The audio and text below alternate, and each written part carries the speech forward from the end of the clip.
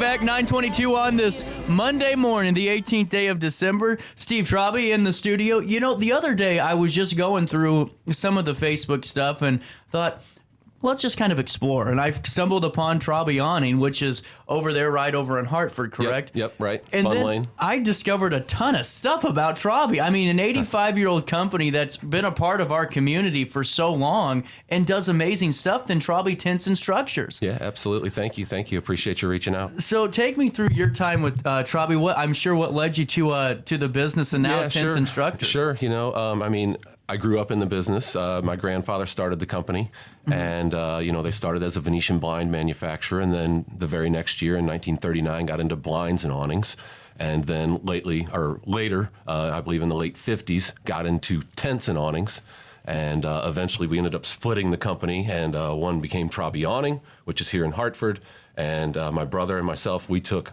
Traube Tents and Structures, which is in Columbia. Really cool. Well, and I just find it such a fascinating thing because Traube, I mean, to me being a younger person, our generation doesn't remember how important the awning was for the storefront, and it really made or break really that kind of walk by the foot traffic. And how many of those do you think that Traube was a part of in the area? Did you guys put a lot of them on? Oh, geez, awnings? Yeah, were you guys absolutely. the call? Thousands for Wow. sure. I mean, our roots were in Belleville, but certainly, the entire Metro East and even the entire St. Louis area. So what led you all to do tents and structures and more of that type of work? Sure. It was kind of a natural split for us. We were actually, we were Traube Canvas products in the early 90s still, and we were operating as two separate divisions. We had the awning division and the tent rental division. And so we split the company in 1996. My brother and I took the tent rental division, and my cousin took the awning side.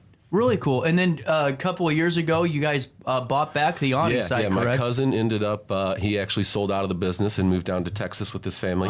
And he sold the company outside the family, and it's where it stayed for the last 10 years until this year when I was able to get it back. And how important was it for you to get it back in a way? Because it seems like, for me, coming from a family business myself or just being a part of it, knowing that there's a lot of pride in the generations that kind of built that, was that something that weighed on you? Yeah, absolutely. To be honest, the main reason I started to look at it was simply because of the name. Yeah. Because it was out there. I wasn't necessarily pursuing other businesses or anything, but the opportunity arose, and I knew it was, probably my chance to get the name back if I ever wanted to.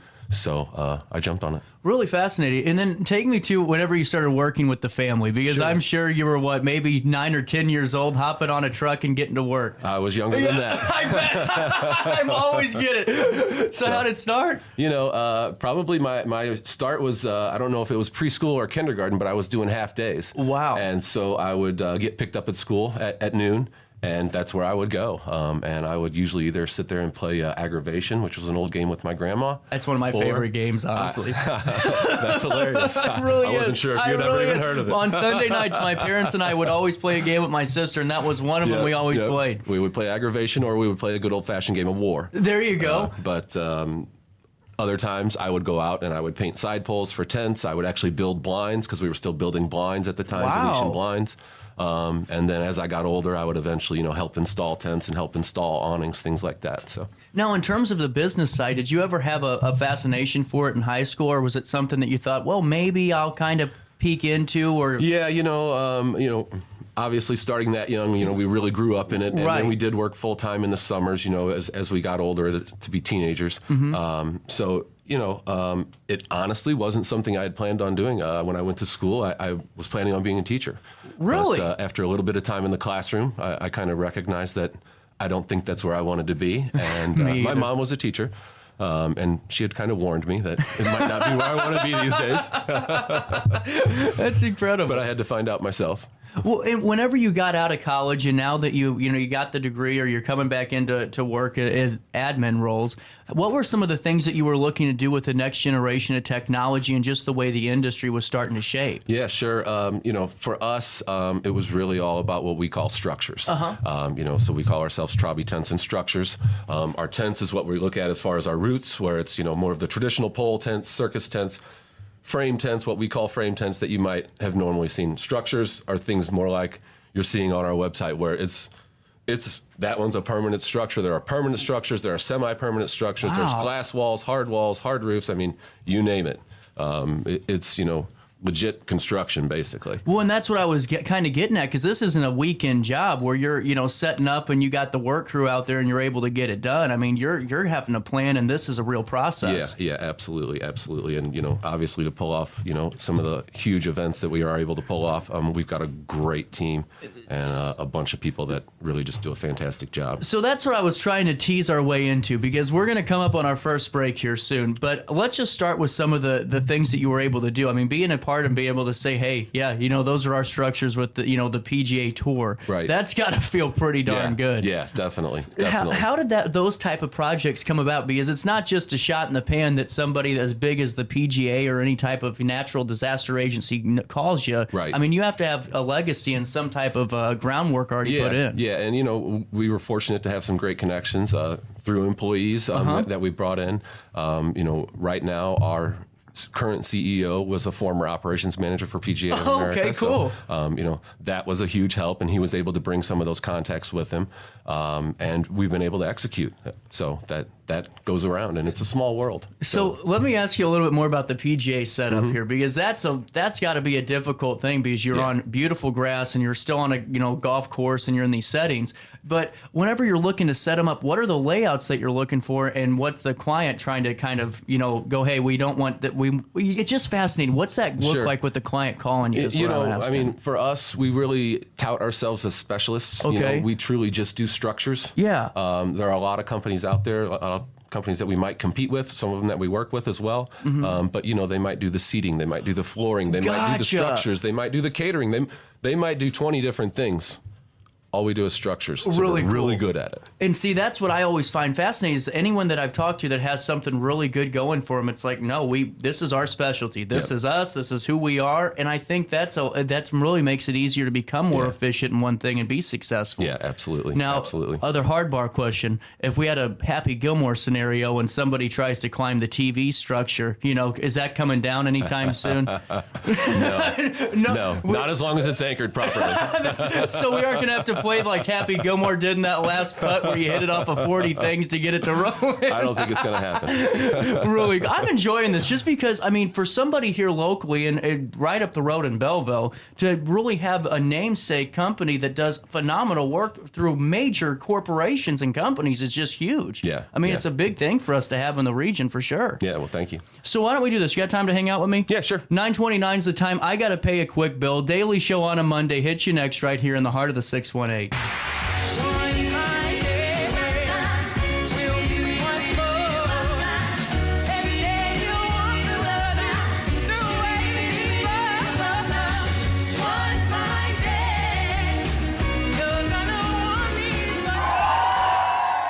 When life throws unexpected challenges your way, you need a versatile legal ally to protect you. Sean Lentz, with over 12 years of experience, is here to help you in a variety of avenues. From personal injury to criminal defense and even semi-truck accidents, Sean Lentz has your back. Don't wait for the justice that you deserve. Call 618-465-8000 and see how Sean can help you today. Do you need to declutter your space? Time to call me, the Queen of Junk. Since 1993, we have grown to be the leader in residential, commercial, and property management junk removal. At Sparks Junk Removal, we are eco-friendly. We recycle, donate, or repurpose items back into our community. Trash is our last resort to the landfill. Plus, with our all-inclusive service, our crews handle everything from labor to lifting and landfill fees. Give us a call or visit our website, sparksjunkremoval.net, to reclaim your space today. Is it time to buy, sell, or even time to consider a short sale of your property? Meet Lisa Webb, owner of 3rd Street Realty. This local, women-owned, family-operated realty group has over a decade of experience in foreclosures, first-time home buying, and so much more. 3rd Street Realty prides themselves on holding your hand through the entire process. Let their expertise guide you to your dream home. Visit 3rdstrealty.com and start your journey with Lisa Webb today. Welcome to Evergreen Place, a community that embodies joyful living, independence, and financial freedom for seniors. If you're looking for a full day of activities or to relax in your apartment, we have you covered. Located on the Alt Memorial campus. To know us is to love us. Experience the difference at Evergreen Place. Welcome back to our daily show. Here's CJ.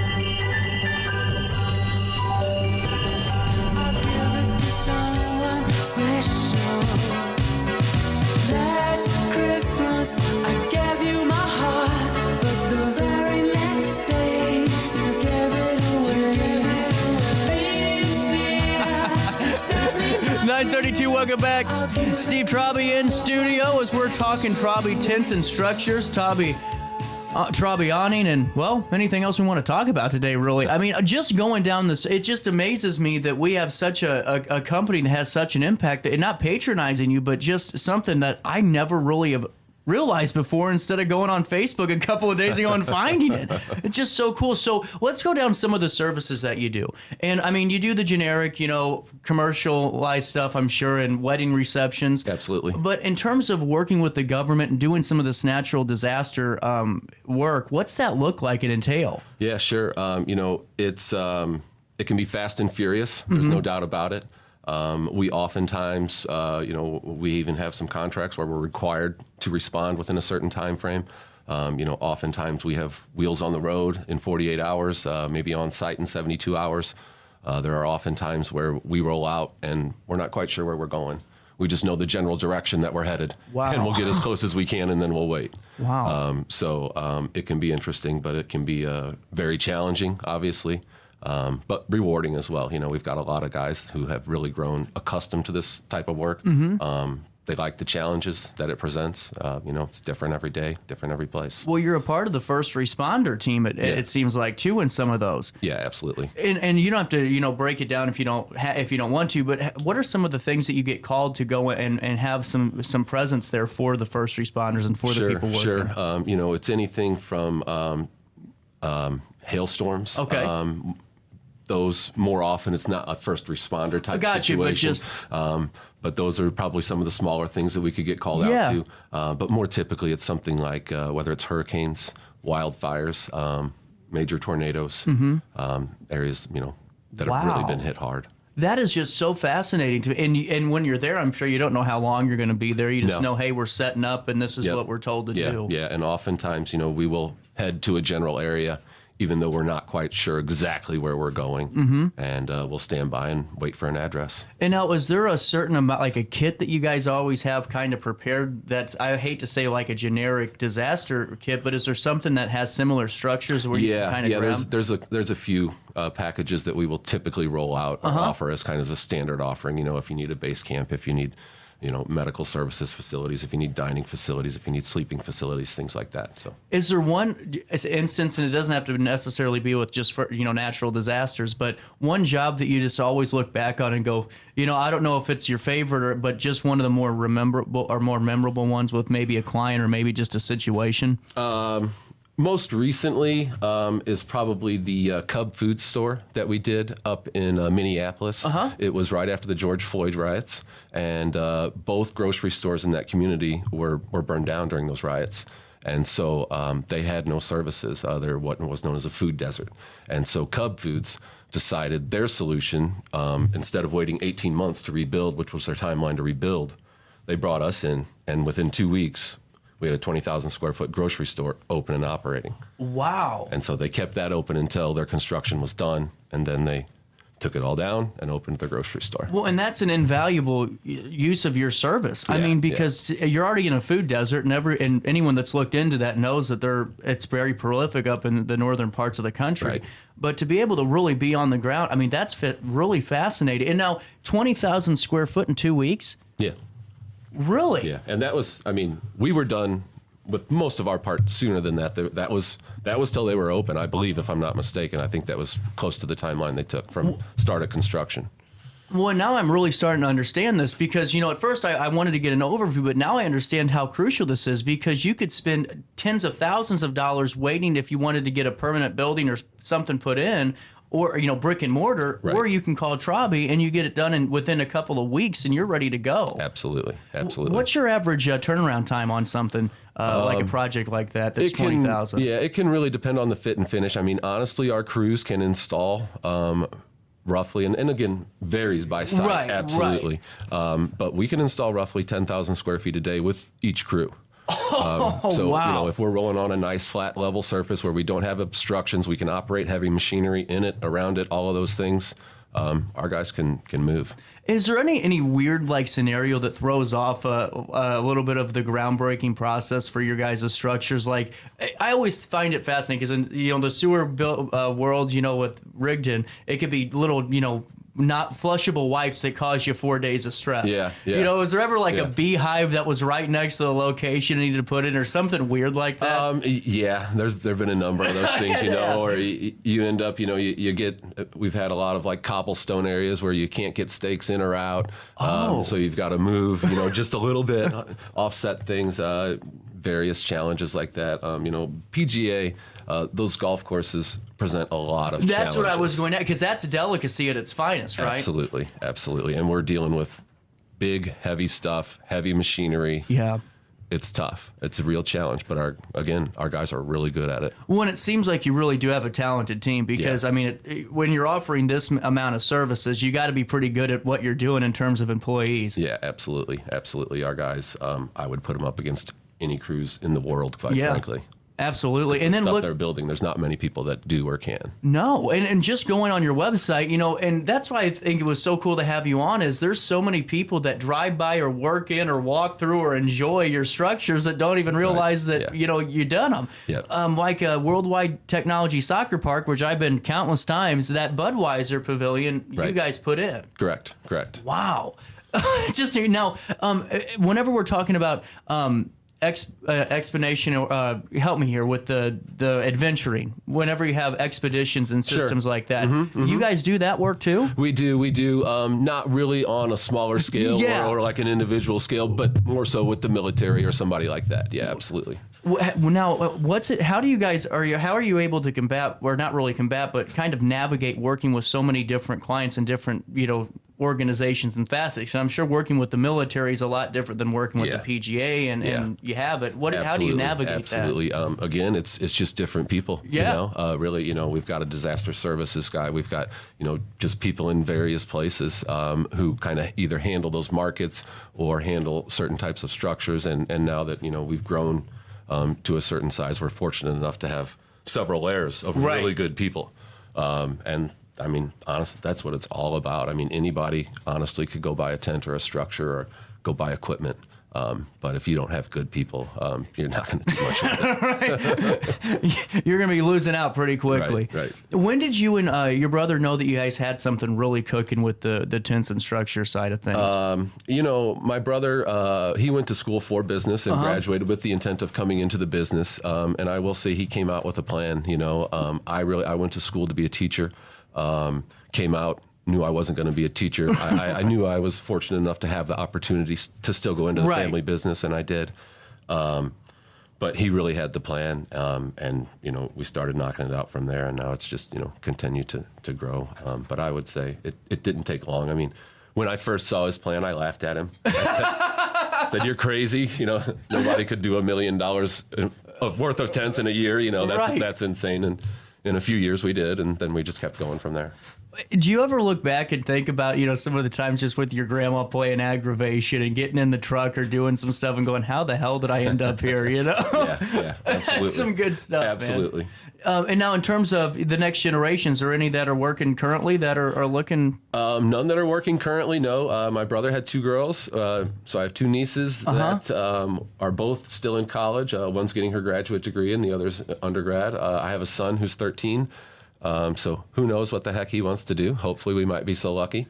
And I have another nephew as well. And my sister has 2 girls and a boy, so there's some options there still that are still coming up. That's really cool. So we'll see. Yeah. Well, I just think it's really great that, to have a really a namesake company, and really anyone that has ever been a part of that has your last name on something knows how much pride you take in having that on there. Yeah. And that's what I think it's really cool, that hopefully, you never know, there's some floating around that could decide to take the reins, and I just think it's fantastic. And throughout the rest of the year, when's your busy season?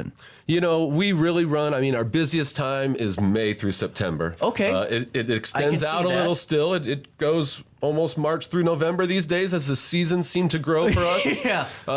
But that's really our busy time. And we're, we're starting to level that out though too, with things like we'll be headed to Tucson for a golf tournament. So we'll have guys that are, trust me, ready to go to Tucson at the end of January to start installing a golf tournament.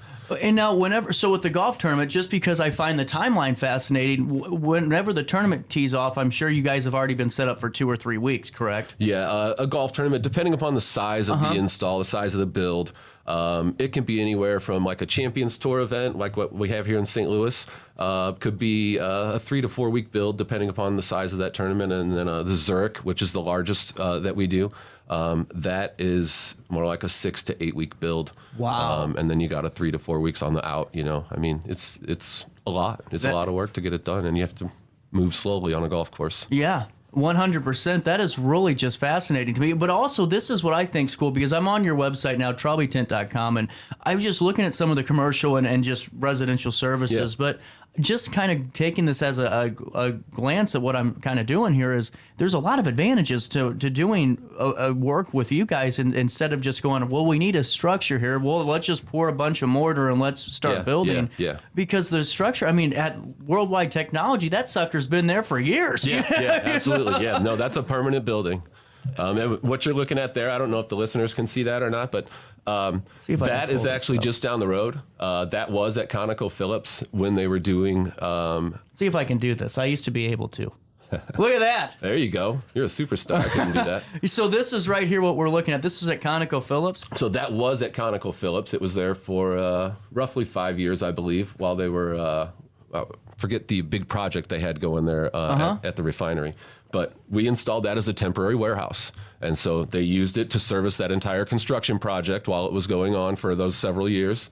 And then they actually ended up, we took it down and they sold it to a company out of Canada, and they moved it up there. Really cool. So that's, again, another advantage. Well, and that's what I'm just looking at this going, no wonder. This is saving tons of money, I'm sure, for so many people by going this route. But also, it's such a durable thing. You can leave it up for as long as you want, it seems like. Yeah.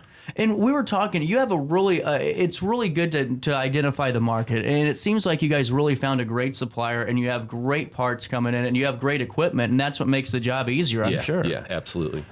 Really cool. Well, as we're kind of winding down here, is there any way that, let's just say a business owner, there's a lot of, you drove by here, I'm sure, there's a lot of facades that need some improvement work. Maybe it's an awning, maybe it's something a little bit bigger. What number would they call for the awning side of things here in town today if they wanted to get that? I would give the same number for both. Okay, cool. Yep, absolutely. I would say it's 618-281-8368 and 618-281-TENT. They're really cool. I like that. Well, Steve, I really appreciate your time. I was excited to talk to you just to learn about the business a little more, and I'm just embarrassed I didn't know more about Traube before I talked to you, because this is just fantastic. Well, thank you. I appreciate the opportunity, and again, your time. Absolutely. Anytime you have anything cool coming down the pipeline, you just worked on something you want to fill everybody in, you're more than welcome to hop back on here. Seriously. Awesome. I appreciate that. No, we are well in tune to events, so we'll keep you posted. Please do. 9:45, that's the time on a Monday morning, the 18th day of December. There's really only like 2 business days of this week, because I'm guaranteeing I think like half the workforce in the office space are going to go, Christmas starts on Wednesday. Oh, yeah. But our show continues right after this quick one on RiverBender.com.